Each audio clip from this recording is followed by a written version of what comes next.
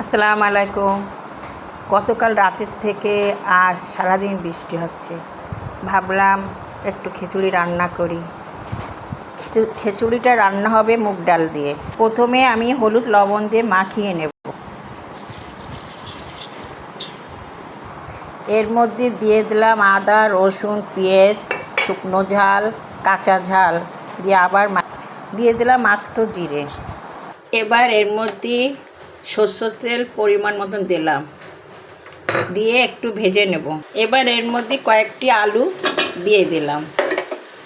একটু ভাজার পর এবার আমি পরিমাণ মতন পানি দিয়ে দিলাম। খিচুড়ির সাথে থাকবে ডিম রান্না। প্রথমে ডিমটা ভেজে নিলাম। এবার এর মধ্যে মশলা বাটা দিয়ে দিলাম, রসুন, পেঁয়াজ, শুকনো ঝাল, জিরা দিয়ে দিলাম, হলুদ লবণ। ডিম রান্না হয়ে গেল। মুগ ডাল দিয়ে অল্প সময়ের মধ্যে আমার খিচুড়িটা রান্না হয়ে গেল।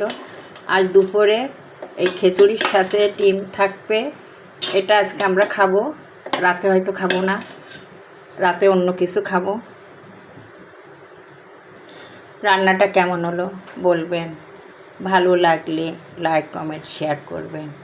শুভকামনা করছি। ধন্যবাদ।